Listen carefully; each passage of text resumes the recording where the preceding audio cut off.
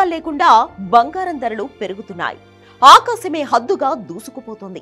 తాజాగా 1,23,000 దాటేసింది. అటు వెండి ధర కిలో 1,54,000 పలుకుతోంది. ట్రంప్ టారిఫ్లు, అంతర్జాతీయ భౌగోళిక పరిస్థితులతో పుత్తడి ధరలు పరుగులు పెడుతున్నాయి. అమెరికాలో షట్డౌన్ కొనసాగుతుండటంతో పసిడికి పట్టపగ్గాలు ఉండడం లేదు.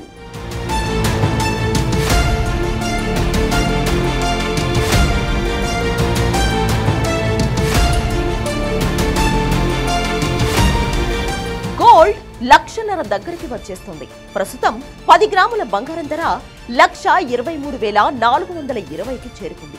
ఈ నెలాఖరులోపు 1,30,000 మార్కు దాటుతుందని అంచనా వేస్తున్నారు.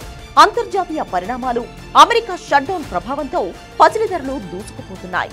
అంతర్జాతీయ విపణిలో ఔన్స్ ధర $4,000 దిశగా పయనిస్తోంది. అంతర్జాతీయ ధరలను అనుసరించి దేశీయంగా పసిడి ధర సరికొత్త రికార్డులను తిరగరాస్తోంది. అంతర్జాతీయ విపణిలో ఔన్స్ బంగారం $3,935కు చేరింది.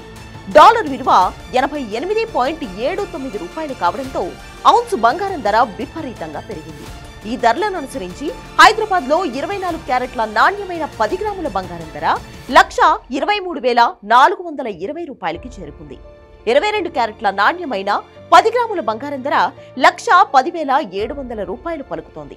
అటు కిలో వెండి ధర కూడా 1,50,000 దాటింది. హైదరాబాద్ మార్కెట్లో ప్రస్తుతం కిలో వెండి సుమారు 1,54,000గా ఉంది.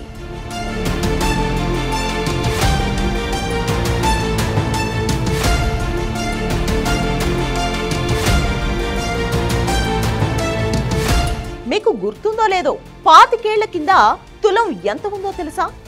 జస్ట్ 4 అంటే 4,000. ఇప్పుడు 1,23,420కి చేరింది. అప్పుడు 4 తులాలు కొనిపెట్టుకున్నా ఇప్పుడు 5 లక్షలు దాటేదనుకుంటున్నారు కదా?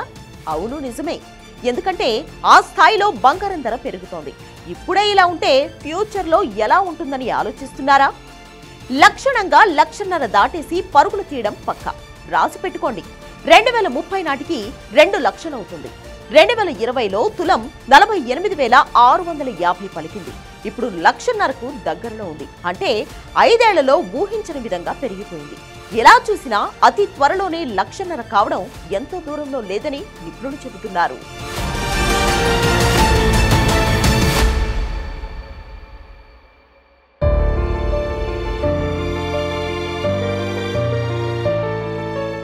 గతేడాది డిసెంబర్లో 79,000 ఉంటే ప్రస్తుతం 1,23,420కి చేరుకుంది. ఈ 9 నెలల్లోనే దాదాపు 44,000కు పైగా పెరిగింది.